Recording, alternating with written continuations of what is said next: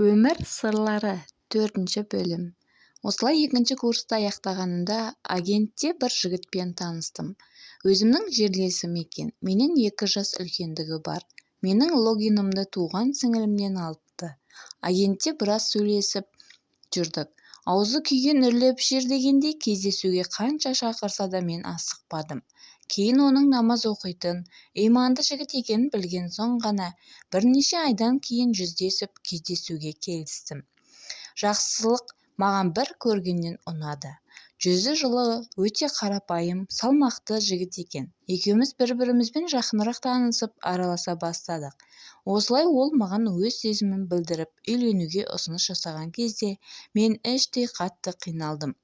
Оған қателік пен пәктігімді жоғалтқанымды қалай айтамын деп қалың ойға шомып өткенім еш маза бермей томаға тұйықталып кеттім. Бір сәттік сезімге алданып болашағыма балта шапқан екенмін.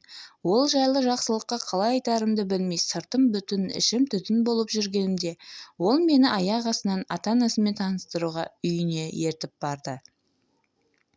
Ата-анасы мен бауырлары мені жылы қабылдап жақсы отырып қайттық. Сырттай білдірмегеніммен ол кісілердің алдына іштей өзімді қарабет санап өз-өзіме қатты нала болдым.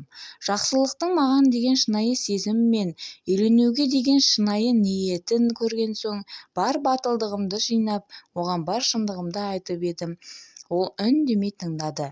Мен айтып болған соң біраз уақытқа дейін үнсіз отырды да маған қарап: «Әр пенденің қателесуге құқығы бар.